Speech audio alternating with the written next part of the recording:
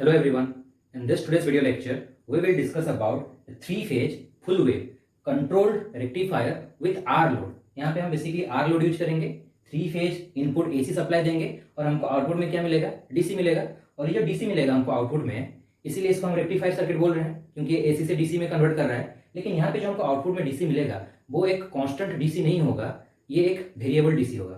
तो इसका मतलब हम आउटपुट को कंट्रोल कर सकते हैं। क्यों कंट्रोल कर सकते हैं? क्योंकि हम यहाँ पे थायरिस्टर्स यूज किए हैं जो कि कंट्रोल डिवाइस यूज किए हैं यहाँ पे। तो थायरिस्टर जो होते हैं वो कंट्रोल डिवाइस होते हैं, तो इसका मतलब हम आउटपुट जो हमको मिलेगा वो कंट्रोल्ड आउटपुट होगा। ठीक है, अगर तुम यहाँ पे डायोड यूज करते तो क्या होता, जो तुमको आउटपुट मिलता वो एक फिक्स्ड आउटपुट वोल्टेज होता, वेरिएबल नहीं हो सकता।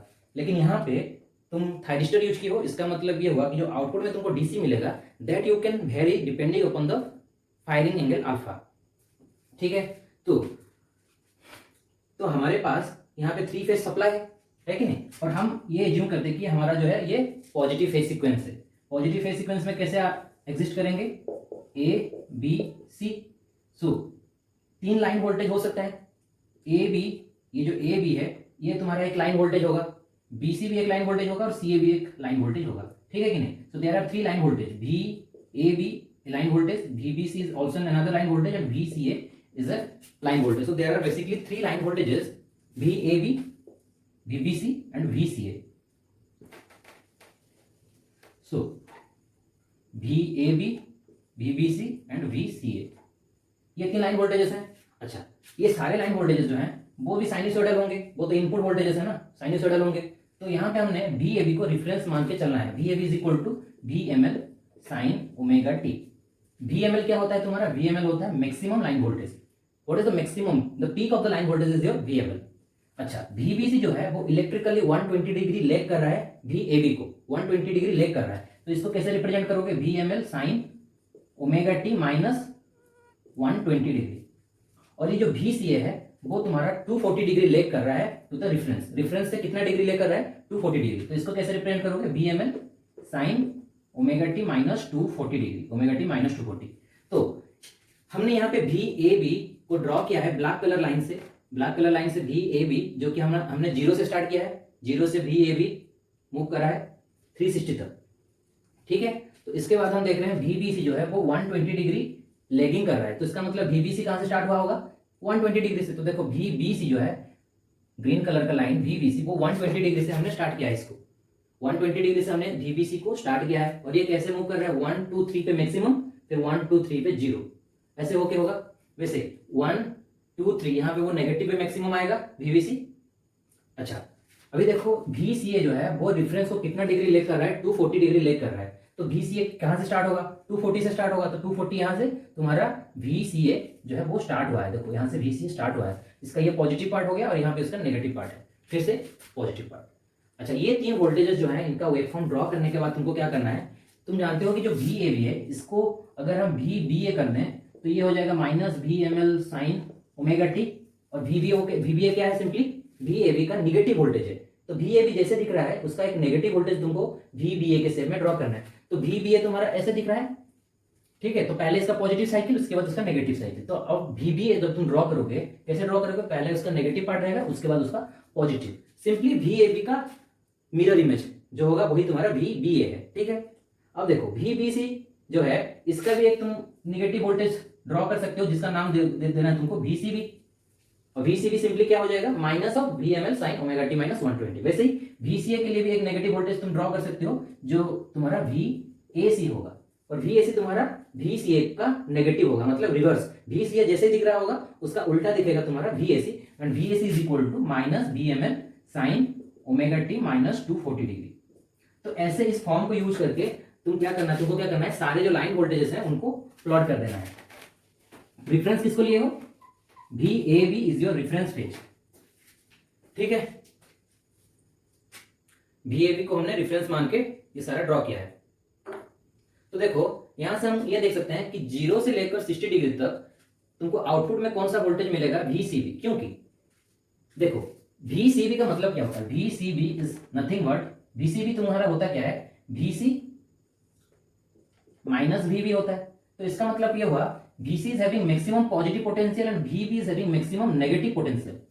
VAB VCB is equal to VC minus VB होता है, और तुम ये देख रहे हो कि VCB को हम ये लिख सकते हैं VC माइनस VB, जहां पे VC एक पॉजिटिव पोटेंशियल होता है एंड VB जो है वो नेगेटिव पोटेंशियल है। और यहां से क्या हो रहा है, from 0 to 60 degree VC is having maximum positive potential. देखो VC के पास सबसे ज्यादा पॉजिटिव पोटेंशियल होगा, तो वो T5 को क्या करेगा, फॉरवर्ड वाइज कर देगा, क्योंकि ये तो तुम्हारे कॉमन कैथोड कॉन्फ़िगरेशन में होते हैं। तो जो कॉमन कैथोड कॉन्फ़िगरेशन में होते हैं उनको मैक्सिमम पॉजिटिव वोल्टेज चाहिए होता है फॉरवर्ड वाइज करने के लिए। ये 3 थायरिस्टर्स में से जिसके पास सबसे ज्यादा पॉजिटिव पोटेंशियल होगा वही थायरिस्टर तुम्हारा फॉरवर्ड वाइज होगा, ठीक है कि नहीं।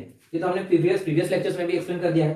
तो जब तुम्हारा VC इसका मतलब क्या होगा, T5 तुम्हारा फॉरवर्ड वाइज हो जाएगा और इस पॉइंट का पोटेंशियल VC हो जाएगा, है कि नहीं। और VB मतलब ये जो थायरिस्टर है इसको फॉरवर्ड वाइज कर देगा और इस पॉइंट का पोटेंशियल तुम्हारा क्या हो जाएगा, VB हो जाएगा।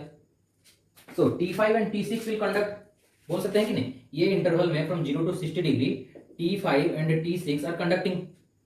सो अगर T5 and T6 will conduct, your output voltage is simply equal to VCB होगा कि नहीं। आउटपुट के अक्रॉस में वोल्टेज कितना मिलेगा, VCB। तो हम ये देखें कि 0 to 60 degree VC is having maximum positive potential and VB is having maximum negative potential. अगर तुम ये लाइन वोल्टेज जैसे ड्रॉ किए हो, इसके साथ साथ तुम अगर इसका फेज वोल्टेज भी ड्रॉ करोगे, ए फेज कहां से स्टार्ट करोगे, 30 डिग्री से, क्योंकि तुमको पता है 30 डिग्री लेग करता है तुम्हारा। अगर तुम लाइन वोल्टेज को रेफरेंस लोगे तो फेज वोल्टेज क्या करेगा, 30 डिग्री लेग करेगा। सो VAB अगर 0 से स्टार्ट हो रहा है, सो VA कहां से स्टार्ट होगा, 30 से। तो तुम 30 से VA फेज को ड्रॉ कर देना, और ऐसे ही करके VA को जैसे ड्रॉ किए VB का भी तुम ड्रॉ कर सकते हो। VB कहां से स्टार्ट होगा, 150 से स्टार्ट होगा, 120 से नहीं होगा ना, 30 डिग्री के बाद स्टार्ट हो रहा है। वैसे VC कहां से स्टार्ट होगा, 240 से नहीं स्टार्ट करना, 270 से। तो ये 3 फेज वोल्टेजेस को ड्रॉ करके तुम देख सकते हो कि 0 to 60 डिग्री तुम्हारा VC जो है having maximum positive potential VC and VB is having maximum negative potential. So VC के पास अगर सबसे ज्यादा पॉजिटिव पोटेंशियल होगा तो वो T5 को फॉरवर्ड वाइज कर देगा, इस पॉइंट का पोटेंशियल VB कर देगा, VC कर देगा। और B के पास अगर मैक्सिमम नेगेटिव पोटेंशियल है तो वो क्या करेगा, T6 को फॉरवर्ड वाइज करके इस पॉइंट का पोटेंशियल VB कर देगा। तो इसका मतलब मुझे आउटपुट में क्या मिलेगा, VCB जो है वो आउटपुट में मिलेगा। तो इसलिए मुझे क्या मिलेगा ना, फ्रॉम 0 to 60 डिग्री मुझे आउटपुट में VCB मिलेगा, ठीक है। तो फ्रॉम 0 to 60 डिग्री मुझे आउटपुट में VCB जैसे दिख रहा होगा वैसे मुझे आउटपुट में मिलेगा आउटपुट वोल्टेज। और ये किस केस के लिए है, for alpha equal to 0। Alpha को कौन सा एंगल होता है, फायरिंग एंगल। तो यहाँ पे हमने एज्यूम किया है कि फायरिंग एंगल जो है वो 0 है। तो फायरिंग एंगल होता क्या है, जिस इंस्टेंट में तुम्हारा फॉरवर्ड वाइज हो रहा है, अगर तुम वही इंस्टेंट में गेट सिग्नल देते हो तो इसका मतलब थायरिस्टर जो है वही इंस्टेंट से कंडक्शन करना स्टार्ट कर देंगे। तो हमको तो ये पता है 0 डिग्री पे ही वो थायरिस्टर जो होते हैं, कौन से दो थायरिस्टर, T5 एंड T6, ये दोनों थायरिस्टर 0 डिग्री पे ही फॉरवर्ड वाइज हो रहे हैं, और हम 0 डिग्री पे क्या कर रहे हैं, गेट सिग्नल भी दे रहे हैं। ये हम एज्यूम किए हैं। ऐसे अगर कर रहे हैं तभी बोल सकते हैं कि मेरा अल्फा 0 है, फायरिंग एंगल 0 है, हम तभी बोल सकते हैं अगर तुम वही इंस्टेंट में गेट सिग्नल अप्लाई कर रहे हो जिस इंस्टेंट में थायरिस्टर तुम्हारे फॉरवर्ड वाइज हो रहे हैं। तो देखो from 0 at point 0 both your thyristor T5 and T6 are forward wise, और तुमने 0 पे ही गेट सिग्नल अप्लाई कर दिया, हमने ये एज्यूम किया है। तो इसका मतलब फायरिंग एंगल 0 है। मतलब डिले एंगल कुछ है क्या, तुमने डिले किया हो, कुछ डिले ही नहीं किया हो, जैसे फॉरवर्ड वाइज हुए वैसे गेट सिग्नल दे दिए। इस केस में कुछ भी डिले नहीं हुआ है। तो इस केस में हमको आउटपुट कैसे मिलेगा, ऐसे फॉर्म में मिलेगा। हमको कौन से स्टेप में मिलेगा, VCB फ्रॉम 0 to 60 जैसे दिख रहा होगा वैसे ही स्टेप में मुझे आउटपुट वोल्टेज मिल जाएगा, है कि नहीं। ठीक है, अभी देखो नेक्स्ट है तुम्हारा VAB। तो VAB एट पॉइंट 60 तुम्हारा A फेज हैविंग सबसे ज्यादा positive potential and B phase is having maximum negative potential. That's why your output will be VAB from 60 to 120 degree to 120 degree तुम्हारा A फेज के पास सबसे ज्यादा positive potential होगा और B फेज के पास सबसे ज्यादा नेगेटिव पोटेंशियल होगा। अगर A फेज के पास सबसे ज्यादा पॉजिटिव पोटेंशियल होगा तो वो T1 को फॉरवर्ड कर देगा, है कि नहीं। और अगर B फेज के पास सबसे ज्यादा नेगेटिव पोटेंशियल है B फेज के पास, तो वो T6 को फॉरवर्ड कर देगा। तो यहां से यहां तक कौन से दो थायरिस्टर्स कंडक्ट कर रहे हैं, T6 एंड T1, ठीक है। अच्छा, अगर तुम दो केसेस में आउटपुट कैसे आ रहा है और कौन से दो थायरिस्टर्स कंडक्ट कर रहे हैं जान गए, तो बाकी में कौन से कंडक्ट करेंगे वो भी तुमको पता चल जाएगा, ठीक है। तो पहले हम क्या करते हैं, ये देख लेते हैं, एक सर्कल बनाते हैं, उसमें लिखते हैं T1 T2 T3 T4 T5 T6। तो फर्स्ट में तुमने T5 एंड T6 का कंडक्शन हुआ, T5 एंड T6। इसके बाद किसका हुआ, T6 T1। तो अब बताओ उसके बाद किसका होगा, T1 T2 का होगा कि नहीं। तो यहां से यहां तक तुम लिख सकते हो T1 एंड T2 का कंडक्शन हो रहा है, T1 एंड T2 का। इसके बाद नेक्स्ट 60 डिग्री के लिए किसका कंडक्शन हो रहा होगा, T1 एंड T2 के बाद T2 एंड T3। तो T2 and T3 will conduct for this interval of time, ठीक है। इसके बाद फॉर द नेक्स्ट 60 डिग्री कौन दो थायरिस्टर्स हैं जो कंडक्ट करेंगे, T2 T3 के बाद T3 T4 आएगा, T3 T4 इन सीक्वेंस, और T3 T4 के बाद T4 T5। ठीक है, सो ऐसे करके कंडक्शन हो रहा है। और देखो जब T1 T2 कंडक्ट करेंगे, T1 and T2 are conducting, T1 conduct कर रहा है तो इस पॉइंट का पोटेंशियल क्या हो जाएगा, VA हो जाएगा। T1 कंडक्ट करेगा तो इसका मतलब ये जो A फेज है वो यहाँ पे अपियर करेगा, एंड T2 कंडक्ट कर रहा है, T2 कंडक्ट करेगा तो T2 is connected to B phase, T2 is connected to which phase, T2 is connected to C phase, तो इस पॉइंट का पोटेंशियल C हो जाएगा। तो मुझे आउटपुट में क्या मिलेगा, VAC मिलेगा कि नहीं, तो आउटपुट में मुझे VAC मिलेगा। तो यहाँ से यहाँ देखो VAC ऐसे दिख रहा है, तो मुझे आउटपुट में VAC मिल रहा है। ठीक है, तो अब बताओ मुझे T2 T3 जब कंडक्शन कर रहे होंगे आउटपुट में क्या मिलेगा, VBC मिलेगा। वैसे ही T3 T4 जब कंडक्ट करेंगे VBA इज योर आउटपुट, ये मेरा जो है वो VBA का वेवफॉर्म है, और लास्ट में तुम्हारा कौन सा वेवफॉर्म है, VCA, जो कि तुमने रेड पेन से मार्क करना है।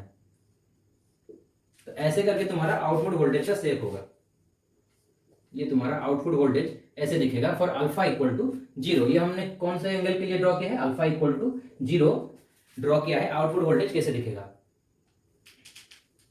ठीक है। देखो एक एग्जांपल से समझाते हैं कि एक्चुअली में ये फायरिंग एंगल अल्फा होता क्या है। मान लो कि तुम्हारे पास 6 पर्सन आएंगे और उनको तुमको खाना देना है, उनको तुमको खाना खिलाना है, तुम्हारे पास 6 पर्सन आएंगे। तो ये जो 6 वोल्टेजेस हैं इनको एक एक पर्सन के हिसाब से मान के चलो, और इनको तुमको खाना खिलाना है, लेकिन एक टाइम नहीं है, जब इनको भूख लगेगा तुमको उसी टाइम में तुमको उनको खिलाना है, खाना देना है। तो VCB एक ऐसा पर्सन है जिसको भूख 0 पे ही लग गया, और ये एक्सेस हम टाइम एक्सेस मान लेते हैं, ठीक है, मिनट में है।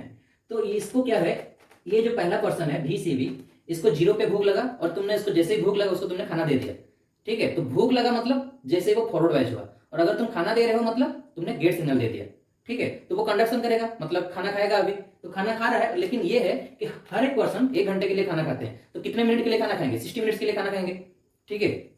तो ये 0 पे खाना स्टार्ट किया खाने के लिए, तो 60 तक खाना खाएगा, ठीक है। तो इस टाइम तुम्हारा ये जो 2 थायरिस्टर्स हैं वो कंडक्शन कर रहे होंगे या तो खाना खा रहे होंगे, ठीक है। एट पॉइंट 60 तुम्हारा ये जो पर्सन है VCB, इसका खाना खत्म हो गया, ठीक है, इसका खाना जितना खाना था वो खा लिया।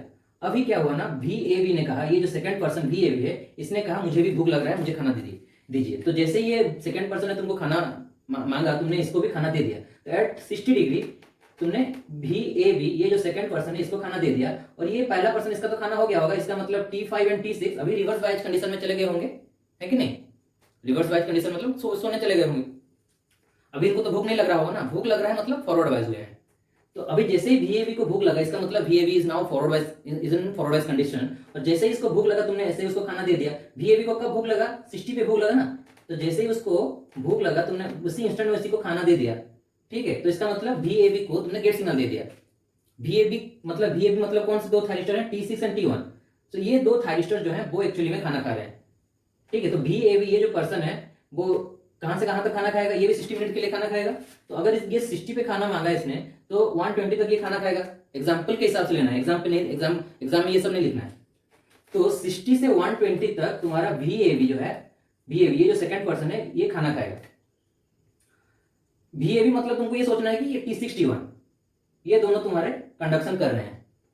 अच्छा, VAC अभी थर्ड पर्सन जो है उसको कब भूख लगा, उसको 120 पे भूख लगा, और इसी इंस्टेंट पे तुम्हारा VAB जो है इसने खाना खत्म भी कर लिया। एट 120 VAB ने अपना खाना खत्म किया, और VAC को भी भूख लगा, और VAC को जैसे ही भूख लगा तुमने क्या किया, VAC को भी खाना दे दिया। अल्फा इक्वल टू 0 का मतलब थोड़ा थोड़ा समझ में आ रहा है। अल्फा इक्वल टू 0 कहने का मतलब ये हो रहा है कि जैसे ही तुम्हारा थायरिस्टर्स फॉरवर्ड वाइज हो रहे हैं वैसे ही तुम गेट सिग्नल दे रहे हो। और अगर ये एग्जांपल के हिसाब से देखें, जैसे ही उसको भूख लगा उस पर्सन को, तुमने उसी इंस्टेंट उसको खाना दे दिया, तो इसका मतलब ये हुआ कि यहाँ पे अल्फा 0 है, कोई भी डिले नहीं किया ना। जैसे ही उसने खाना मांगा उसे ही तुमने उसको खाना दे दिया ना, कुछ डिले किया हो गया, नहीं किया हो। तो यहाँ पे अल्फा इक्वल टू 0 का केस हमने लगाया। वैसे ही फोर्थ पर्सन जब आएगा और बोलेगा मुझे भूख लग रहा है, तो वो कब बोलेगा, वो एट 180 मिनट्स पे तुमको बोलेगा कि मुझे अभी भूख लगा। तो उसी इंस्टेंट पे तुम्हारा VAC भी कहेगा कि मेरा खाना हो गया, मैं अभी नहीं खा सकता हूँ और नहीं खाऊंगा, और VBC अपना खाना शुरू कर देगा। तो वो 1 घंटे के लिए खाएगा, तो 180 से कहां तक खाना खाएगा, 240 तक खाना खाएगा ना। हर एक पर्सन जो है वो 1 घंटे के लिए खाना खा रहे हैं, 60 मिनट्स के लिए। तो कंडक्शन कितना टाइम के लिए हो रहा है, 60 मिनट्स के लिए। किन दोनों का हो रहा है, यहां से यहां तक तुमको VBC मिला है, और VBC में तुम्हारा देख रहे हो T2 and T3 are conducting, ठीक है। ऐसे भी मान के चलो कि ये जो है वो 2 पर्सन है, एक टाइम में दो दो आदमी खा रहे हैं, और ये जो 2 आदमी खा रहे हैं वो कौन खा रहे हैं, T2 T3। ठीक है, एक टाइम 2 पर्सन खा रहे हैं। अभी देखो एट 240 ये दोनों जो है, कौन से दो दोनों, VVC मतलब किसको समझना है, T2 एंड T3 को। ये 2 पर्सन जो है इन्होंने खाना खत्म कर लिया। अभी VVA तुम्हारा खाना खाएगा, VVA ये जो पर्सन है वो अपना खाना शुरू करेंगे। सो VVA ये अपना खाना शुरू करेगा, VVA तो ये कहां से खाना शुरू करेगा, 240 से खाना शुरू करेगा और 300 तक खाएगा, मतलब 60 मिनट्स के लिए। तो ये जो 5th पर्सन है, ये 240 पे इसको भूख लगा, तुमने उसी इंस्टेंट में उसको खाना भी दे दिया, तो इसीलिए वो क्या करेगा, 60 मिनट्स के लिए, मतलब 60 मिनट्स के लिए वो खाना खाएगा। तो 240 से 300 तक वो कंडक्शन करेगा और आउटपुट में तुमको VBA मिलेगा, VBA आउटपुट में तुमको मिलेगा। वैसे ही लास्ट पर्सन जो है वो एट 300 खाना स्टार्ट करेगा, इसको 300 पे भूख लगा, एट 300 उसको भूख लगा और तुमने 300 पे उसको खाना दे दिया। तो अगर ऐसे कर रहे हो तो यहां से आउटपुट आना शुरू होगा कि नहीं, एट दिस पॉइंट तुम्हारा आउटपुट आएगा और 360 तक आएगा, क्योंकि 360 तक ही उसने उसको खाना खाना है, उसके बाद तो उसको खाना नहीं खाना है।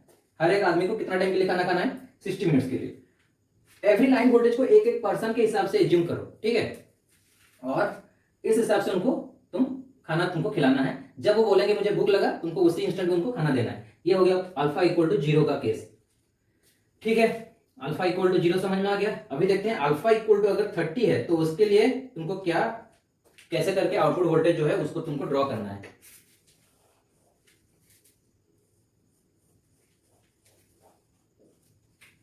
Alpha equal to 30 degree.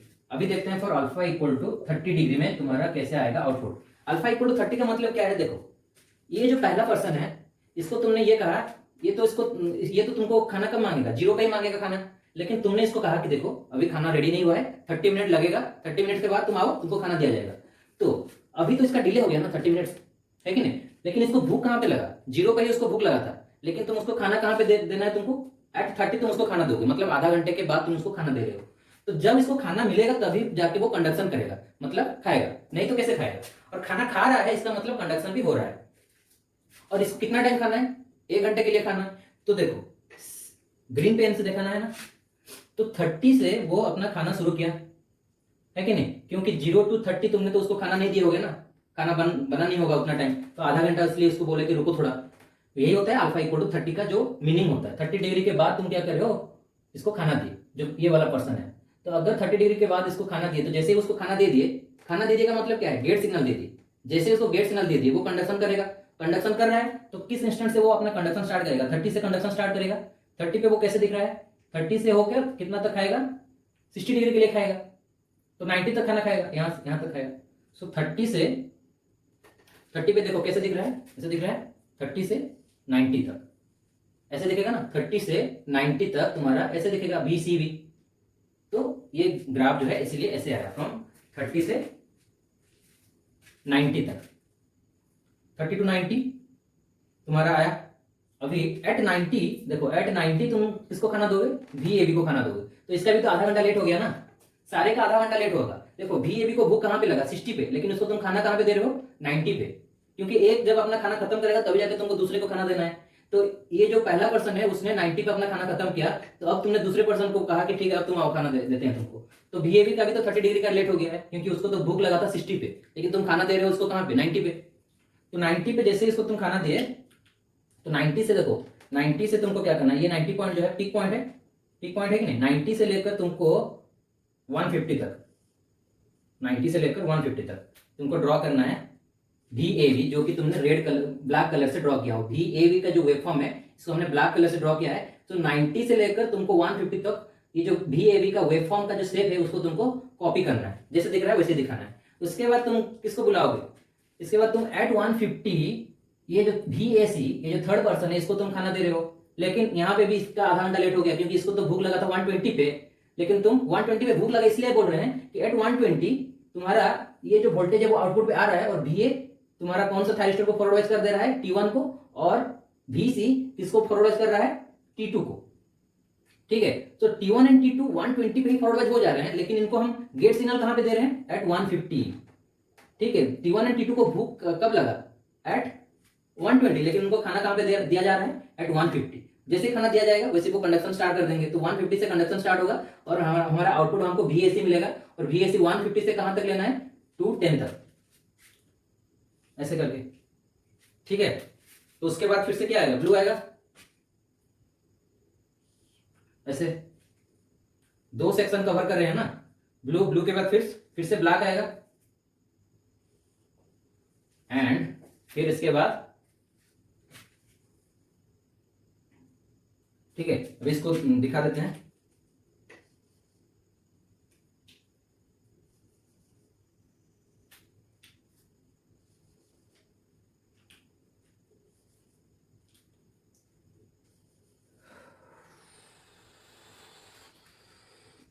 Black के बाद फिर से रेड आएगा,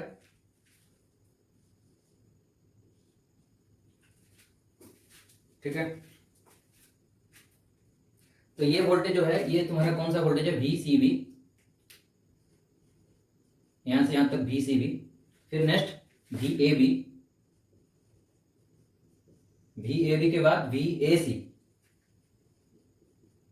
ये सीक्वेंस है। VAC के बाद क्या आएगा, VBC, VBC के बाद VBA, एंड VBA के बाद VCA,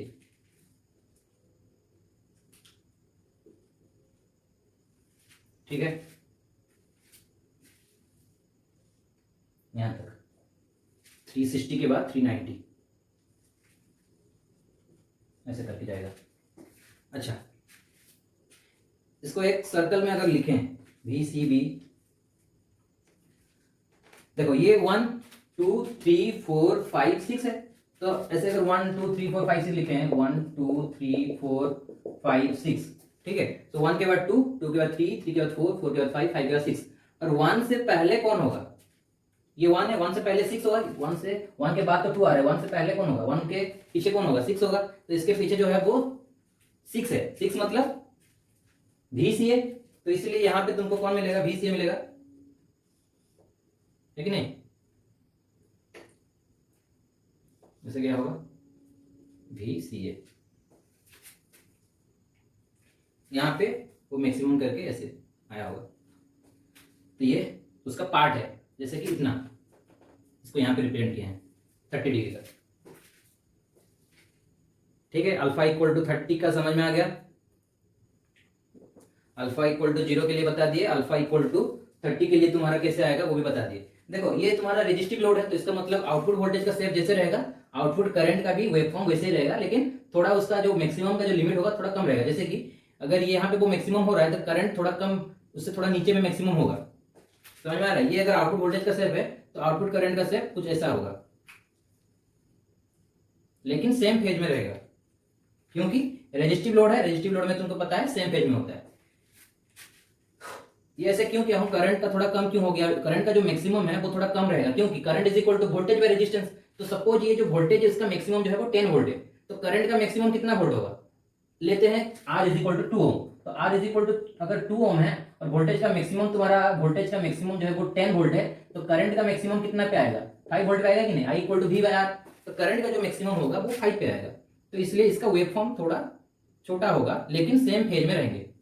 तो वोल्टेज वेवफॉर्म कैसे ड्रॉ करना है, आउटपुट करंट का कैसे ड्रॉ करना है, वैसे ही इसके लिए भी सेम प्रिंसिपल है। वोल्टेज जैसे दिखेगा करंट का वेवफॉर्म भी वैसे ही दिखेगा फॉर अल्फा इक्वल टू 30, ठीक है। सो अल्फा इक्वल टू 30 के बाद अल्फा इक्वल टू 60 के लिए देखते हैं।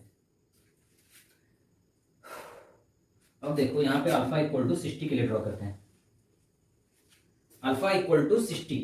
तो अल्फा इक्वल टू 60 का मतलब यहां पे हमने ड्रॉ किया है अल्फा इक्वल टू 60 डिग्री के लिए। अल्फा इक्वल टू 60 का मतलब अब थोड़ा सा समझ में आ गया होगा कि 0 पे वो फॉरवर्ड वाइज हो रहा है, लेकिन उसको हम खाना कहां पे देंगे, 60 डिग्री पे, ठीक है। 1 घंटा उसको वेट करने के लिए कहा जा रहा है, मतलब 1 घंटे के लिए ये VCB वेट करेगा, उसके बाद उसको खाना दिया जाएगा। तो आफ्टर 60 वो अपीयर करेगा आउटपुट पे, है कि नहीं। तो 60 से 120 तक, 60 पे कितना है, ऐसा है 120 पे, यहाँ पे 0 हो गया है। तो 60 से लेकर 120 VCB जैसे दिख रहा होगा वैसे ही तुम्हारा आएगा सेफ आउटपुट में, है कि नहीं, क्योंकि at 60 you are giving the food, मतलब एट 60 तुम उसको खाना दे रहे हो, जैसे ही खाना दिए वो कंडक्शन में आ जाएगा कि नहीं। लेकिन 0 to 60 वो फॉरवर्ड वाइज में तो था, लेकिन तुमने गेट सिग्नल नहीं दिया हो, मतलब उसको आधा 1 घंटा वेट करने के लिए बोले थे ना, खाना तो नहीं दिया होगा, तो इसका मतलब वो कंडक्शन भी नहीं किया होगा। ठीक है, even if forward wise condition में होगा, फॉरवर्ड वाइज कंडीशन में तो रहेंगे, मतलब वीसीबी के अंडर में जो थायरिस्टर होंगे वो फॉरवर्ड वाइज कंडीशन में तो रहेंगे, लेकिन कंडक्शन नहीं करेंगे। क्यों नहीं करेंगे? क्योंकि तुमने अभी तक उनको गेट सिग्नल नहीं दिया हो। ये तुम्हारा कंडीशन है, अल्फा इक्वल 60 मतलब 60 डिग्री वेट करते हैं, उसके बाद जाके गेट सिग्नल देना है। तो जैसे तुमने एट 60 गेट सिग्नल दिया, तो इसका मतलब क्या होगा कि तुम अभी एट 60 उसको तुमको गेट सिग्नल देना है, एट 60 तुमको उसको गेट सिग्नल देना है। तो जैसे 60 पे गेट सिग्नल दिए तो आउटपुट वोल्टेज आना शुरू हो जाएगा, वीसीबी ही तुमको आउटपुट वोल्टेज में मिलेगा, लेकिन उसका स्टेप ऐसे रहेगा, वीसीबी को फॉलो करेगा। तो 60 से लेकर 120, क्योंकि खाना तो वो सेम टाइम के लिए खाएगा, 1 घंटे के लिए, तो 60 से लेकर 120 तक खाना खाएगा 60 मिनट्स के लिए। तो ये 60 था और ये 120, 60 से लेकर 120 जैसे दिख रहा है उसी शेप का तुम्हारा रहेगा आउटपुट वोल्टेज, और ये इस वोल्टेज का नाम क्या दे देंगे? वीसीबी। ठीक है, अच्छा ये तो 6 पल्स कन्वर्टर है, तो अगर तुम एक का शेप पता कर लेते हो तो बाकी के जो पल्सेस होंगे वो भी सेम शेप के होंगे कि नहीं? तो देखो ग्रीन के बाद ब्लैक आएगा, तो यहाँ पे एक ब्लैक कलर का लाते हैं, ऐसे दिखेगा। उसके बाद रेड, ग्रीन ब्लैक रेड, तो अभी रेड का ड्रॉ करना है। ठीक है, फिर से ग्रीन 60 डिग्री के लिए, मतलब 2 इंटरवल के लिए, फिर ब्लैक, ऐसे करके आएगा। अच्छा वीसीबी से पहले कौन कंडक्शन कर रहा होगा? वीसीबी से पहले वीसीए कंडक्शन कर रहा होगा। ठीक है, तो अभी वीसीए देखो ऐसे दिखेगा।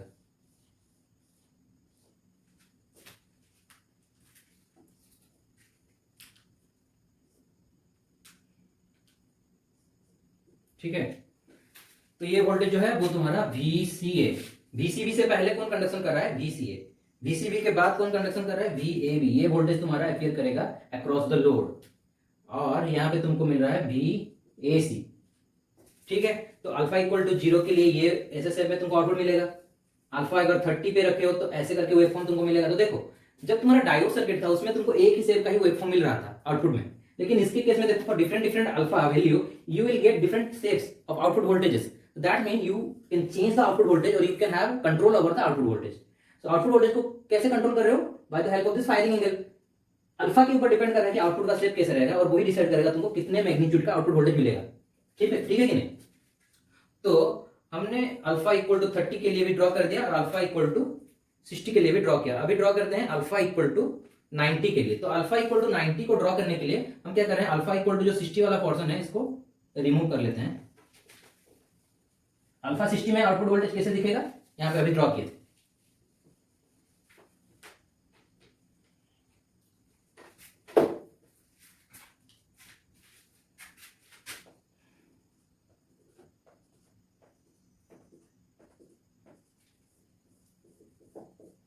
ठीक है, we are interested to find the shape of output voltage for alpha equal to 90 degree. Alpha 60 के लिए हो गया था, अभी अल्फा 90, मतलब 90 मिनट्स तुम वेट कराओगे, मतलब जब ये खाना मांगेगा इसको बोलोगे 90 मिनट्स लगेंगे, उसके बाद तुमको खाना दिया जाएगा। तो 90 के बाद ही तुम उसको खाना दे रहे हो तो वो 90 से कंडक्शन स्टार्ट करेगा, है कि नहीं? तो वीसीबी जो है उसको तुम 90 पे खाना दिए तो वो 90 से कंडक्शन स्टार्ट करेगा, और ये कितने टाइम के लिए खाएगा? 60 मिनट्स के लिए खाएगा। तो 90 से लेकर 150 जैसे दिख रहा है वैसे ड्रॉ करना है? नहीं, देखो 120 के बाद ये देख रहे हो कि जो वीसीबी है वो नेगेटिव हो गया है, तो तुमको ये पता है कि आउटपुट वोल्टेज कभी भी नेगेटिव नहीं होता है for an R load in case of a rectifier. अगर एक 3 फेज रेक्टिफायर सर्किट है उसमें अगर तुम आर लोड यूज किए हो तो output voltage can never be negative. हाँ, अगर तुम इंडक्टिव लोड यूज किए होते तो उसके केस में वो शेप जो होता है वैसे ही फॉलो करता, फ्रॉम 90 टू 150 शेप जैसा है वैसे ही फॉलो करता है। लेकिन ये एक रेजिस्टिव लोड है, रेजिस्टिव लोड में क्या होता है ना, output voltage can never be negative. Output voltage कभी भी नेगेटिव नहीं होगा क्योंकि करंट हमेशा ऐसे ही फ्लो करेगा, ऊपर से नीचे ही फ्लो करेगा। और ये रेक्टिफायर सर्किट है, output voltage always be positive for an R load. ये तुम याद रखो कि अगर एक रेजिस्टिव लोड है और एक रेक्टिफायर सर्किट है तो उसमें कभी भी आउटपुट तुम्हारा नेगेटिव नहीं होगा। ठीक है, तो आर लोड है तो इसका मतलब नेगेटिव पार्ट जो होगा वो क्लिप कर जाएगा, जितना पॉजिटिव पोर्शन होगा वही तुम्हारा अपीयर करेगा। तो कहां से स्टार्ट करना है? 90 से तुमको स्टार्ट करना है। ये 90 है, ठीक है, 90 से तुम्हारा स्टार्ट करेंगे वेव फॉर्म ड्रॉ करना, 90 से लेकर 120 तक, और 120 से 150 कुछ नहीं मिलेगा तुमको आउटपुट में। ठीक है, एक का मिल गया ना, एक ऐसे दिख रहा है, तो ये टोटल तो 60 डिग्री इसका यूटिलाइज करेगा ही करेगा टाइम। ठीक है, पहला 60 डिग्री आउटपुट मिलेगा पॉजिटिव में, उसके बाद नेगेटिव पार्ट को वो फॉलो नहीं करेगा, वो जीरो ही रहेगा। तो एक का अगर मिल जाता है तो तुम जानते हो कि दूसरे का भी हम रिपीट कर सकते हैं, क्योंकि ये 6 पोल्स कन्वर्टर है। ये एक पार्ट मिल गया ना ऐसे सेप का, तो ऐसे ही सेकंड देखो, ग्रीन के बाद ब्लैक सेप आता है तो ब्लैक यूज करना है, और सेप कैसे देना है, ऐसे रहेगा, और इसके बाद कुछ नहीं मिलेगा। ठीक है,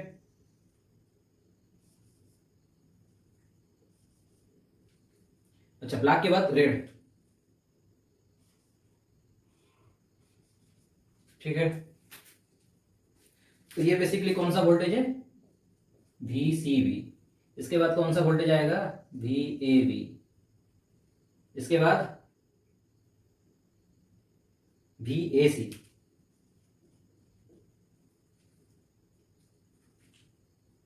ठीक है, तो ऐसे करके तुमको टोटल 6 पल्सेस ड्रॉ करना है, CB AB AC। AC का हो गया, उसके बाद फिर से क्या आएगा, ग्रीन कलर में आएगा तुम्हारा, और ये वोल्टेज का नाम क्या देना है तुमको, VBC। ठीक है, उसके बाद ब्लैक में आएगा तुम्हारा VBA। ठीक है,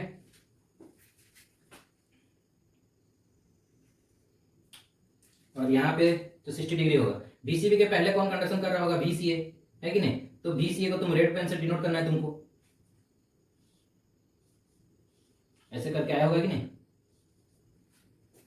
और VCA के भी पहले कौन होगा, VCA के पहले कौन होगा तुम्हारा, VCA से भी पहले तुम्हारा VBA होगा कि नहीं, VCA के पहले तुम्हारा VBA होगा कि नहीं, तो VBA ब्लैक से होता है ड्रॉ VBA का, और ये 60 डिग्री के लिए होगा, ऐसे रहेगा। फर्स्ट 30 डिग्री कुछ नहीं होगा ना, तो इसका जो लास्ट 30 डिग्री होगा VCA का, जो पूरा है तुम्हारा 60 डिग्री का, लास्ट 30 डिग्री तो कुछ नहीं मिलता है, तो इसलिए यहाँ पे कुछ नहीं दिखा है। जैसे यहाँ का जो 60 डिग्री है, इसका लास्ट 30 डिग्री कुछ नहीं है, जैसे इसका जो होगा 60 डिग्री का, इसका जो लास्ट 30 डिग्री का वहां पे कुछ नहीं होगा। ठीक है, तो ऐसे करके अल्फा 90 पे भी हम ड्रॉ कर सकते हैं। और यहाँ पे हम ये देख रहे हैं कि डिसकंटिन्यूअस कंडक्शन हो रहा है कि नहीं, कंटिन्यूअस थोड़ी ना आ रहा है, हमारा आउटपुट वोल्टेज जो कंटिन्यूअस आया क्या, नहीं आया ना, डिसकंटिन्यूअस हो गया है। तो ऐसे करके हमको ड्रॉ करना है, ऐसे करके हमको ड्रॉ करना है जितने भी सारे वेवफॉर्म्स हैं आउटपुट वोल्टेज के। तो आर लोड के लिए यहाँ पे हमने ड्रॉ कर लिए हैं सारे। ठीक है,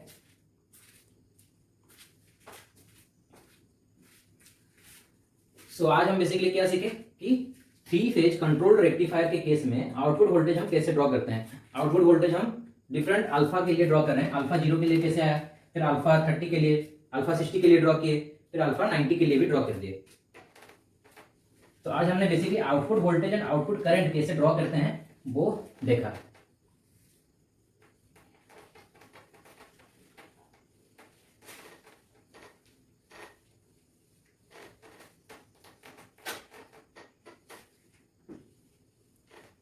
ठीक है, output voltage and output current कैसे ड्रॉ करते हैं फॉर डिफरेंट फायरिंग एंगल, वो आज हमने डिस्कस किया।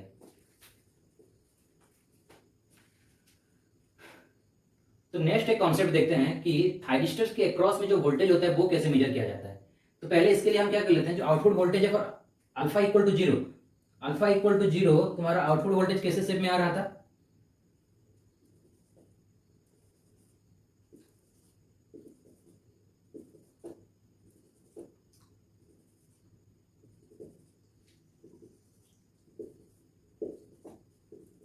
ठीक है। सो अल्फा इक्वल टू 0 के लिए जो तुम्हारा आउटपुट वोल्टेज आ रहा था वो ऐसे शेप के आ रहा था।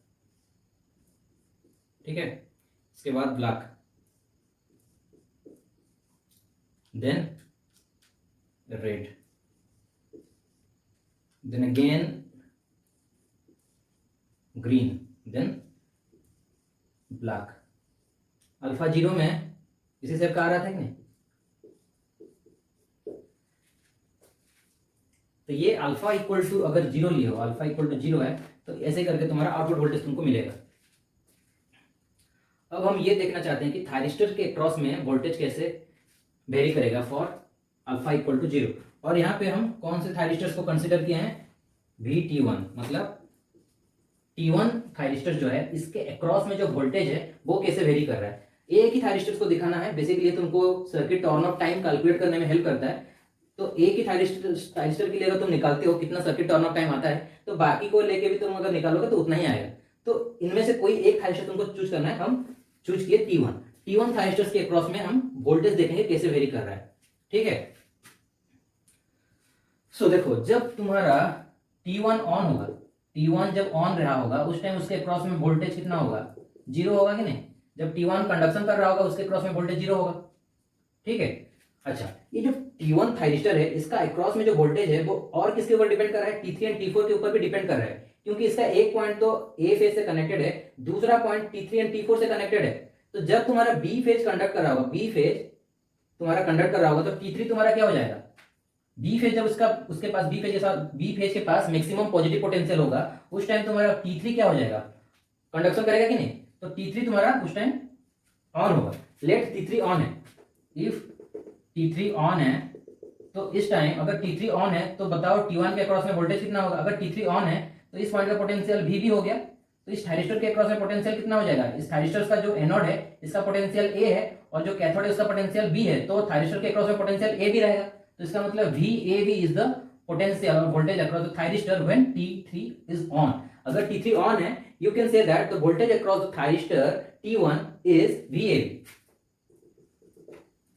Okay, let us consider T5 is on. If T5 is on, अगर T5 ऑन है तो इसका मतलब यह हुआ कि T5 is connected to C phase. तो जैसे ये T5 ऑन हो जाएगा इस पॉइंट का पोटेंशियल VC हो जाएगा, और इस पॉइंट का पोटेंशियल VC है मतलब इस पॉइंट का पोटेंशियल हम बोल सकते हैं VC है।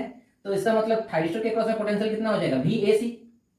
पहले लिखते हैं एनोड का पोटेंशियल, उसके बाद कैथोड का। सो एनोड का पोटेंशियल A है और कैथोड का पोटेंशियल C है, तो थायरिस्टर T1 के अक्रॉस में वोल्टेज कितना हो जाएगा, VT1 is simply equal to T5 on है, तुम्हारा T5 ऑन है तो इसका मतलब C फेज यहां पे आ गया है, तो VAC is the voltage across the thyristor T1।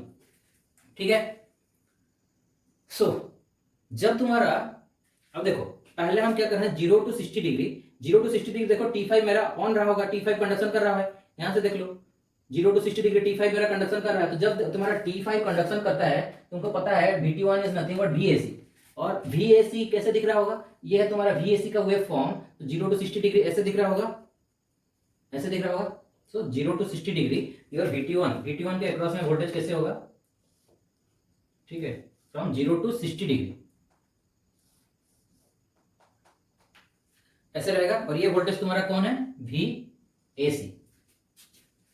अच्छा, तुम ये देख सकते हो कि 60 से लेकर 120 तक तुम्हारा T1 ऑन है, और 120 से लेकर 180 तक भी तुम्हारा T1 ऑन है। तो बेसिकली यहां से यहां तक तुम्हारा T1 ऑन ही है। इस इंटरवल में देखो T1 ऑन है और इस इंटरवल में भी T1 ऑन है, और हमको पता है T1 जब ऑन होता है तो उसके अक्रॉस में वोल्टेज 0 होता है। तो यहां से यहां तक वोल्टेज कितना रहेगा, थायरिस्टर के अक्रॉस में 0 रहेगा। ठीक है, अब देखो जब T2 T3 कंडक्शन कर रहे होंगे उस टाइम VT1 के क्रॉस में क्या वोल्टेज रहेगा, मतलब T3 कंडक्शन कर रहा है और यहाँ पे भी देखो ये इंटरवल में T3 कंडक्शन कर रहा है। तो बेसिकली यहाँ पे तुम्हारा T3 कंडक्शन कर रहा है, और T3 अगर कंडक्शन कर रहा है तो VAB is your voltage across the thyristor. So यहाँ से यहाँ तक तुम्हारा T3 जो है वो कंडक्शन कर रहा है और तुम्हारा आउटपुट वोल्टेज VAB होगा। VAB कैसे दिख रहा है, देखो VAB ये है तुम्हारा VAB जो कि 0 से स्टार्ट हुआ है, फ्रॉम 180 to 300, 180 to 300 तुम्हारा ये VAB ऐसे दिख रहा है। इसी शेप को तुमको फॉलो करना है 180 से,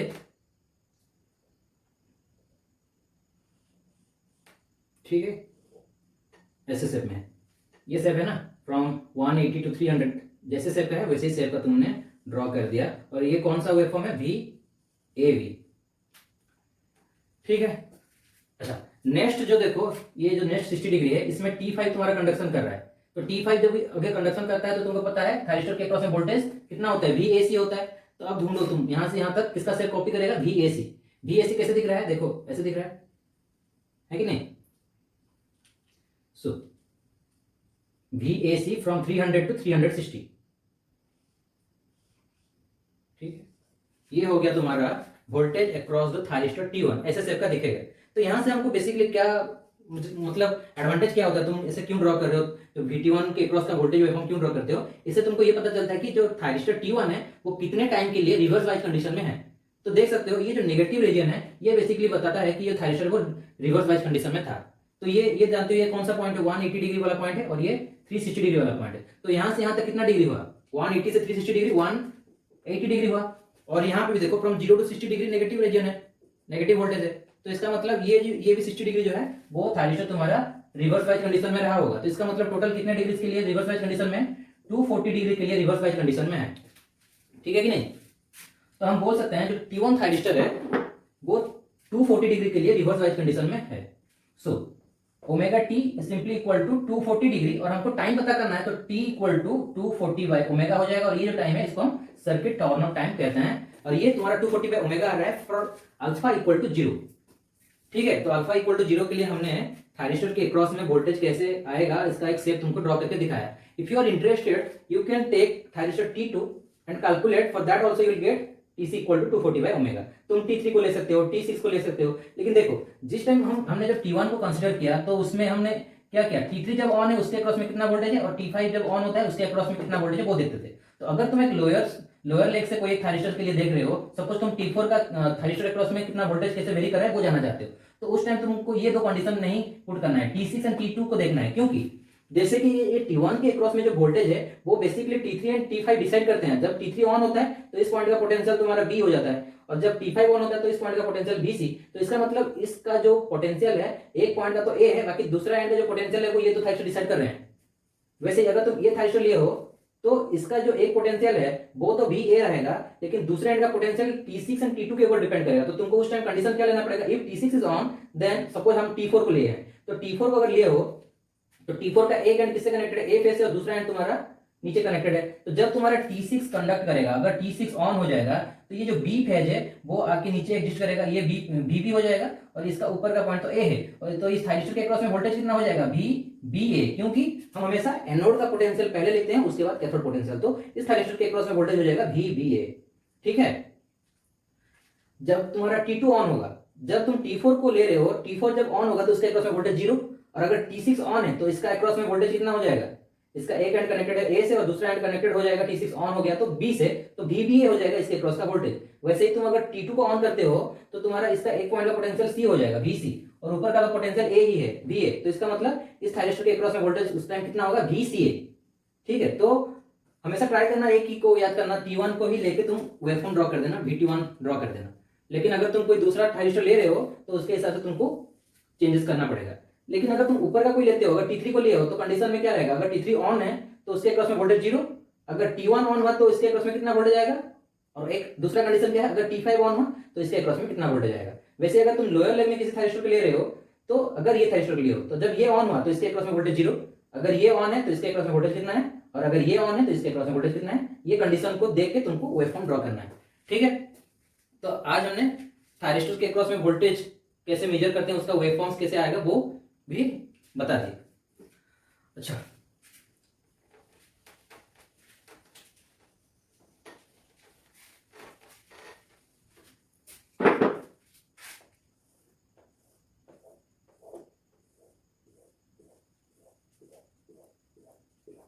और एक कॉन्सेप्ट है, और एक तुम वेवफॉर्म ड्रॉ कर सकते हो, किसका वेवफॉर्म, सोर्स करंट का।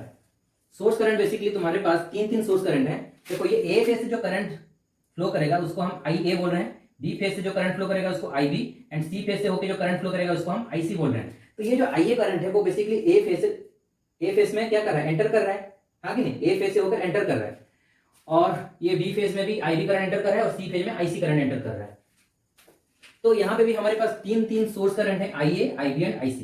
तो हम एक को ही लेके ड्रॉ करेंगे वेवफॉर्म, तीनों का नहीं ड्रॉ करना है, सिर्फ एक का ही ड्रॉ करना है। और हम क्या करते हैं, लेट IA, जो तुम्हारा IA है उसको ड्रॉ करना चाहते हैं, IA is your source current, और ये इसका जो शेप है वो कैसे रहेगा वो देखेंगे। इसको ड्रॉ करने का एक ट्रिक है, देखो जब तुम IA ड्रॉ करना है ना, जब तुमको IA का वेवफॉर्म ड्रॉ करना है तो तुमको क्या करना है, देखना है कि ये जो तुम्हारा 6 लाइन वोल्टेजेस हैं इनमें से कौन सा एक लाइन वोल्टेज है जिसमें तुम्हारा A पहला सबस्क्रिप्ट है। देखो VAB में A तुम्हारा पहला सबस्क्रिप्ट है और हम IA का वेवफॉर्म ड्रॉ करना चाहते हैं। तो ये भी है जिसका पहला सबस्क्रिप्ट A है, और ये दूसरा वोल्टेज है जिसका भी तुम्हारा पहला सबस्क्रिप्ट A है। तो बेसिकली 60 से लेकर हम बोल सकते हैं 180, ये जो दो वोल्टेजेस है, लाइन वोल्टेजेस है 60 से लेकर 180, 60 ये 60 है और ये 180 है। 60 से लेकर 180 तुम्हारा जो देखो लाइन वोल्टेजेस है उनका पहला सबस्क्रिप्ट ए है। तो इसका मतलब ये हुआ इस रीजन में तुमको जो आउटपुट वोल्टेज मिलेगा, आउटपुट करंट मिलेगा, वो तुम्हारा लोड करंट को फॉलो करेगा। देखो ये तो तुम्हारा आउटपुट वोल्टेज का शेप है और ये तुम्हारा आउटपुट करंट का भी ऐसे शेप होगा, है कि नहीं। तो यहां से यहां तक तुमको क्या होगा ना, आइए जो है वो किस शेप में रहेगा, इसी शेप में ही रहेगा।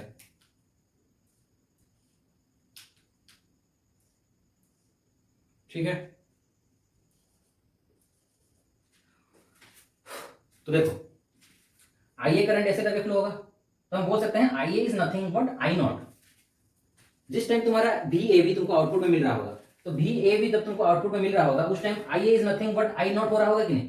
आई A is equal to I naught, I A is equal to I naught हो रहा होगा जब तुमको आउटपुट में वी ए बी मिल रहा होगा, एंड जब आउटपुट में तुमको वी ए सी मिल रहा होगा उस टाइम भी तुम्हारा आई A equal to I naught हो रहा होगा। आई ए करंट ऐसे जाएगा, लेटेस्ट टेक मुझे आउटपुट में वी ए बी मिल रहा है, तो इस पॉइंट का पोटेंशियल ए होगा वी और इस पॉइंट का पोटेंशियल भी होगा, तभी जाके आउटपुट में मुझे वी ए भी मिलेगा। तो करंट कैसे फ्लो होगा, देखो यहां से यहां जो करंट फ्लो हो रहा है वो आई नॉट है, तो यहाँ पे ए पॉइंट में पोटेंशियल, इस पॉइंट का पोटेंशियल भी कैसे हो सकता है, अगर ये T1 कंडक्ट करे तभी जाके होगा। तो करंट मेरा ऐसे करके फ्लो हो रहा है, तो बोल सकते हैं कि नहीं आई ए जो है वही तुम्हारा आई नॉट है, आई ए जो है वही तुम्हारा आई नॉट है। अगर तुमको आउटपुट में बी ए भी मिल रहा है, अगर तुमको आउटपुट में बी ए भी मिल रहा है तो हम बोल सकते हैं कि जो आई ए करंट है वही तुम्हारा आई नॉट भी है। अगर इस पॉइंट पे तुम केसीएल अप्लाई करते हो, ये पॉइंट है, इस पॉइंट में तुम्हारा आई ए करंट जा रहा है और यहां से तुम्हारा आई नॉट करंट एग्जिट कर रहा है। इसी पॉइंट से आई नॉट का डायरेक्शन देखो, जब बाहर जा रहा है और इस पॉइंट के अंदर आ रहा है आई ए और इस पॉइंट से बाहर जा रहा है आई नॉट, तो आई ए जितना होगा वही तुम्हारा आई नॉट होगा।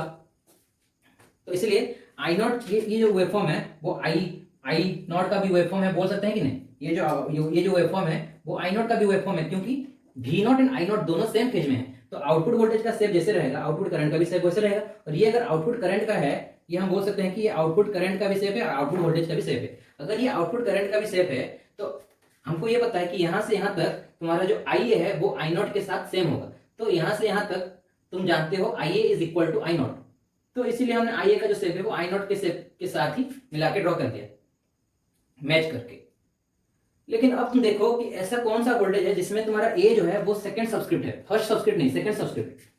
यहाँ पे देखो ये जो दो वोल्टेजेस हैं, यहाँ पे जो ए है वो सेकंड सब्सक्रिप्ट है, पहला सब्सक्रिप्ट नहीं है। तो इसका मतलब ये जो दो वोल्टेजेस हैं, यहाँ पे तुम्हारा करंट जो है ए फेज से एग्जिट कर रहा है। यहाँ पे क्या हो रहा था, ए फेज से करंट एंटर कर रहा था, यहाँ पे क्या होगा, ए फेज से करंट एग्जिट करेगा। तो ये ए फेज से करंट एग्जिट करेगा, तो इसका मतलब इसका डायरेक्शन अभी कैसा रहेगा, ऐसा रहेगा कि नहीं, बाहर जाने के लिए डायरेक्शन रहेंगे, ऐसा रहेगा। और इसका साइन कैसे हो जाएगा, माइनस आई हो जाएगा। अगर आई ए करंट का डायरेक्शन ऐसे था तो माइनस आई ए का डायरेक्शन ऐसे रहेगा, तो अगर ऐसे डायरेक्शन में आना है तो इसको माइनस आई होना पड़ेगा। ठीक है, तो अब तुम देख सकते हो कि अभी जो ये आई नॉट है वो equal to minus I A हो गया। ये आई नॉट है that is equal to minus I A, तो यहाँ पे I naught equal to minus I A हो रहा है ये दो इंटरवल में, क्योंकि यहाँ पे ए फेज से करंट एग्जिट कर रहा है। बेसिकली ये जो देखो कोई भी वोल्टेज को हम ऐसे अगर लिख रहे हैं तो तुम बोल सकते हो कि बी से करंट एंटर कर रहा है और ए से तुम्हारा करंट एग्जिट कर रहा है। ठीक है, ये वोल्टेज का मतलब क्या है, वी सी बी, सी से करंट एंटर कर रहा है, सी फेज से करंट एंटर कर रहा है और बी फेज से करंट एग्जिट कर रहा है। तो वैसे ही यहाँ पे देखो ए फेज, ए जो है वो सेकंड सब्सक्रिप्ट है, मतलब ये जो वोल्टेज है इसमें तुम्हारा करंट ए फेज से एग्जिट कर रहा होगा और यहाँ पे भी करंट ए फेज से एग्जिट कर रहा होगा। तो अगर करंट एग्जिट करेगा ए फेज से, तुमको पता है I naught is simply equal to minus I A. I naught जो है वो सिंपली माइनस आई ए होगा। अगर आई नॉट माइनस आई है तो आई ए कितना बोल सकते हैं, माइनस आई नॉट। तो यहां से यहां तक फ्रॉम 240 टू 360 ये जो रीजन में तुम्हारा करंट, आउटपुट करंट आई ए जो होगा वो सिंपली सोर्स करंट आई ए जो है वो सिंपली माइनस आई नॉट होगा, आई नॉट नहीं होगा, माइनस आई नॉट। मतलब आई नॉट जैसे दिख रहा होगा, आउटपुट करंट जैसे दिख रहा होगा उसका उल्टा होगा तुम्हारा आई ए। यहां से यहां तक आउटपुट करंट जैसे दिख रहा होगा वैसे तुम्हारा आउटपुट नहीं होगा, मतलब सोर्स करंट नहीं होगा, उसका उल्टा। Source current is simply minus of I not, मतलब आई नॉट जैसे दिख रहा होगा उसका उल्टा होगा तुम्हारा आई ए। और ये आई A equal to I not कहां से कहां तक वैलिड है, 240 से लेकर 360 डिग्री। हम ये देख रहे हैं कि तुम्हारा जो करंट है ए फेज से एग्जिट कर रहा है। ठीक है कि नहीं, ए फेज से एंटर नहीं कर रहा है, ए फेज से एग्जिट कर रहा है, तो ये एग्जिट करेगा तो ये माइनस आई हो जाएगा। और ये आई नॉट तुम्हारा एंटरिंग करंट है और ये एग्जिटिंग करंट है माइनस आई है, तो entering current must be equal to exit current, है कि नहीं। So I naught must be equal to minus I A, और हम लिख सकते हैं I A equal to minus I naught. तो यहां से यहां तक जैसे दिख रहा है आई नॉट, उसका उल्टा शेप में होगा, ठीक है। ये जो पॉइंट है वो यहां पे आ गया, ये जो पॉइंट है वो यहां पे है, और ये इसका उल्टा है, इसका उल्टा, और अभी इसका उल्टा दिखाना है कि नहीं।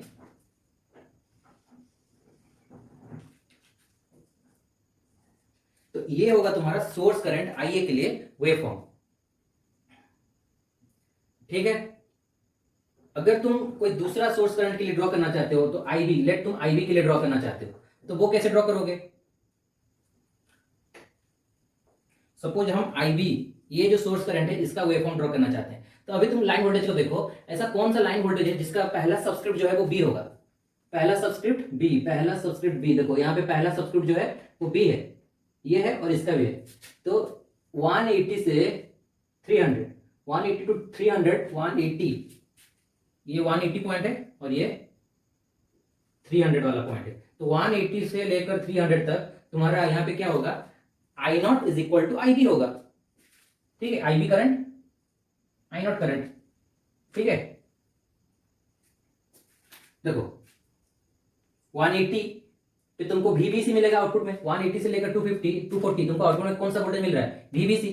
तो इस पॉइंट का पोटेंशियल VB रहेगा और इस पॉइंट का पोटेंशियल C रहेगा। इस पॉइंट का पोटेंशियल VB कैसे हो सकता है, अगर T3 तुम्हारा कंडक्ट करे तभी जाके ये पोटेंशियल जो है वो यहाँ पे एग्जिट करेगा, है कि नहीं। इस पॉइंट का पोटेंशियल अगर ये कंडक्ट करेगा, ऑन होगा, तो इस पॉइंट का पोटेंशियल जो होगा वो VC हो जाएगा, VB हो जाएगा, ठीक है, VB हो जाएगा। अगर T3 कंडक्ट करेगा तो इस पॉइंट का पोटेंशियल तुम्हारा VB हो जाएगा, और अगर T2 कंडक्ट करे तो इस पॉइंट का पोटेंशियल VC हो जाएगा, ठीक है। So T3 and T2 are conducting, तो B फेज से करंट ऐसे फ्लो करेगा, ये तुम्हारा आई नॉट करंट है जो कि तुम्हारा लोड से फ्लो हो रहा है, I2 से होके ऐसे रिटर्न कर जाएगा C फेज से।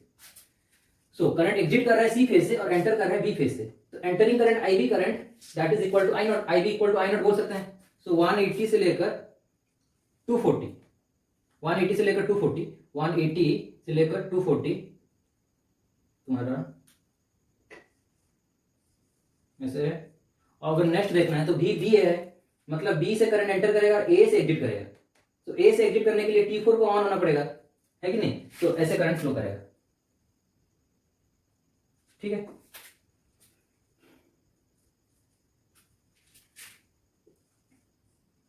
ये आउटपुट है तुम्हारा, आउटपुट करंट, ये मान के चलो कि आउटपुट करंट का वेवफॉर्म है। तो आउटपुट करंट यहां से यहां तक तुमको आईबी मिलेगा, IB is equal to I naught हो रहा है, आईबी जो है वो इक्वल टू आई नॉट हो रहा है। ये जो आईबी करंट है वो इक्वल टू आई नॉट, जितना आईबी है उतना ही तुम्हारा आई नॉट भी हो रहा है। कहां से कहां तक, फ्रॉम 180 टू 300, 180 टू 300, क्योंकि यहाँ पे तुम्हारा बी फर्स्ट टर्म है, तो बी से तुम्हारा करंट एंटर कर रहा होगा और कोई दूसरे पॉइंट से एग्जिट कर रहा होगा, हो सकता है वो सी हो सकता है या तो ए हो सकता है, ठीक है। तो पहले 60 डिग्री के लिए बी से एंटर करके सी से एग्जिट करेगा करंट, और नेक्स्ट 60 डिग्री के लिए बी से एंटर करके ए से एग्जिट करेगा। तो इस फॉर्म में तुम्हारा आउटपुट मिलेगा। ये ऐसे क्यों ड्रॉ कर रहे हैं, क्योंकि ये जो इंटरवल है, इस इंटरवल में तुम्हारा IB is equal to I naught हो रहा है, ठीक है। अब तुमको ढूंढना है कि बी सेकंड सबस्क्रिप्ट कहां पे, ये जो दो वोल्टेजेस हैं, यहाँ पे बी देखो सेकंड सबस्क्रिप्ट है, तो इसका मतलब यहाँ पे क्या होगा, बी से करंट एग्जिट करेगा, बी से करंट एग्जिट करेगा, मतलब इसका डायरेक्शन ऐसे रहेगा, और इसको मैं आईबी नहीं लिख के माइनस आईबी से डिनोट करूंगा। सो जो कि हो जाएगा I naught is equal to minus IB, I naught is equal to minus IB, और IB is equal to I naught minus I naught, IB equal to minus I naught. तो IB का जो shape होगा from 0 to 120 degree, ये 0 है और ये 120 degree, यहां तक कैसा रहेगा, माइनस आई नॉट, है कि नहीं। IB is equal to minus I naught. तो यहां से यहां तक आई नॉट कैसे है, आई नॉट का शेप कैसा है, ऐसा है, तो इसका शेप कैसा रहेगा, माइनस आई नॉट, मतलब उल्टा रहेगा। देखो इसका उल्टा कर दिया ऐसे, और अभी इस ब्लैक का उल्टा करेंगे ऐसे, तो ये हो गया तुम्हारा IB सोर्स करंट। ऐसे करके तुम चाहो तो IC सोर्स करंट के लिए भी ड्रॉ कर सकते हो। तो आज हमने क्या सीखा कि थायरिस्टर्स के अक्रॉस में वोल्टेज का वेवफॉर्म कैसे ड्रॉ करते हैं, ये लेकिन हमने अल्फा इक्वल टू 0 लेके जो सोर्स करंट है और थायरिस्टर के अक्रॉस का जो वोल्टेज है वो ड्रॉ किए, ठीक है। ये तुम्हारा होमवर्क है, सारे स्टूडेंट्स के लिए होमवर्क है। Alpha equal to 30, alpha equal to 60 and alpha equal to 90 के लिए output voltage and output current कैसे दिखता है वो मैंने ड्रॉ कर दिया है। तुम्हारा ये काम है कि alpha 30, 60 and 90, alpha 30 degree, 60 degree and 90 degree, in angles के लिए, ये सब फायरिंग एंगल्स के लिए तुमको क्या करना है, आउटपुट वोल्टेज का वेवफॉर्म तो जानते हो कैसे ड्रॉ करते हैं, वो ड्रॉ कर देना, उसके नीचे तुमको क्या करना है, थायरिस्टर्स के अक्रॉस का जो वोल्टेज होगा VT1 ले लो या तो VT3 या VT4, कोई भी थायरिस्टर ले लो, लेकिन फॉर स्टैंडर्ड T1 को लेना है, ठीक है। हमेशा T1 को ड्रॉ कर देना और सोर्स करंट के हिसाब से IA को ड्रॉ कर देना। प्रैक्टिस हो जाएगा 2-3 बार तो आराम से इजीली एग्जाम में ड्रॉ कर सकते हो।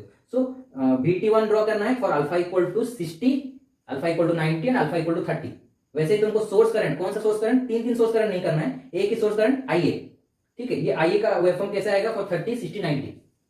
तो बेसिकली पहले क्या करना है, अल्फा इक्वल टू 0 डिग्री में वोल्टेज वेवफॉर्म कैसे आ रहा है वो प्लॉट कर देना। इसके बाद अल्फा 0 में आउटपुट वोल्टेज तो जान गए कि कैसे आएगा, आउटपुट करंट भी जान गए। इसके बाद उसके नीचे किसको ड्रॉ करना है, VT1 को ड्रॉ करना है और उसके नीचे किसको ड्रॉ करना है, IA, सोर्स करंट। वैसे ही नेक्स्ट अल्फा इक्वल टू 60 के लिए आउटपुट वोल्टेज, थायरिस्टर्स के अक्रॉस का वोल्टेज एंड सोर्स करंट, ऐसे करके 90 के लिए भी तुमको ड्रॉ करना है, ठीक है। तो ये था तुम्हारा आज का 3 फेज कंट्रोल्ड रेक्टिफायर। तो बेसिकली तुमको यहां से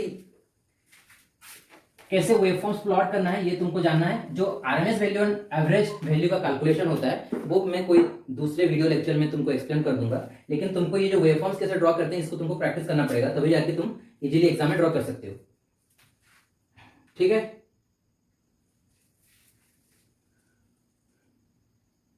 आउटपुट वोल्टेज ड्रॉ करना तुमको आ गया, आउटपुट करंट भी आ गया, थायरिस्टर से क्रॉस का वोल्टेज भी आ गया, सोर्स करंट कैसे ड्रॉ करना है वो भी बता दिए, ठीक है। तो बेसिकली तुम क्या देख रहे हो, अगर तुम्हारा firing angle alpha equal to 30 degree है तो कंडक्शन फर्स्ट लाइन वोल्टेज कहां से कहां तक कंडक्ट कर रहा है, 30 से लेकर 90 तक, है कि नहीं। अल्फा अगर 30 है तो 30 से 90 तक कंडक्शन हो रहा है कि नहीं, और जो सेकंड है वो 90 से कंडक्शन स्टार्ट करेगा, 90 से कितना 150। अगर अल्फा तुम्हारा 30 है तो 30 से 90 तक एक कंडक्शन होगा और फिर 90 से 150 तक दूसरा तुम्हारा कंडक्शन हो रहा है, ऐसे सीक्वेंस में हो रहा है। सो अगर अल्फा 0 है तो 0 टू 60 डिग्री में first line voltage, then 60 to 120 दूसरा लाइन वोल्टेज, देन 120 टू 180 ये तुम्हारा थर्ड लाइन वोल्टेज, ऐसे करके अपियर कर रहे हैं। तो अगर कोई एक पर्टिकुलर अल्फा में तुमको ये पूछा जाए कि लाइन वोल्टेज कैसे आएंगे, तो अगर अल्फा 0 है तो ऐसे आ रहे हैं, तो अगर अल्फा 10 डिग्री है तो अल्फा 10 है तो कैसे होगा, ये 0 से थोड़ी ना होगा, 10 से स्टार्ट होगा और कहां तक जाएगा, 70 तक जाएगा, ठीक है कि नहीं।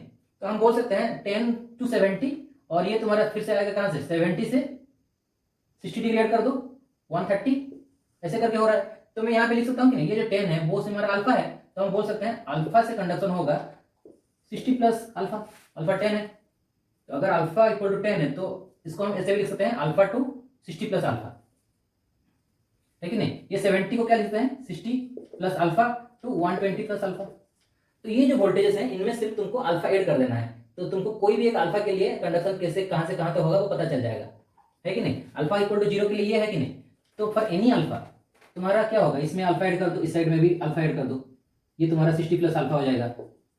ये 120 में भी अल्फा ऐड कर दो, फिर ये 120 प्लस अल्फा से 180 प्लस अल्फा तक जाएगा, है कि नहीं। और यहाँ पे 180 प्लस अल्फा से कहां तक जाएगा,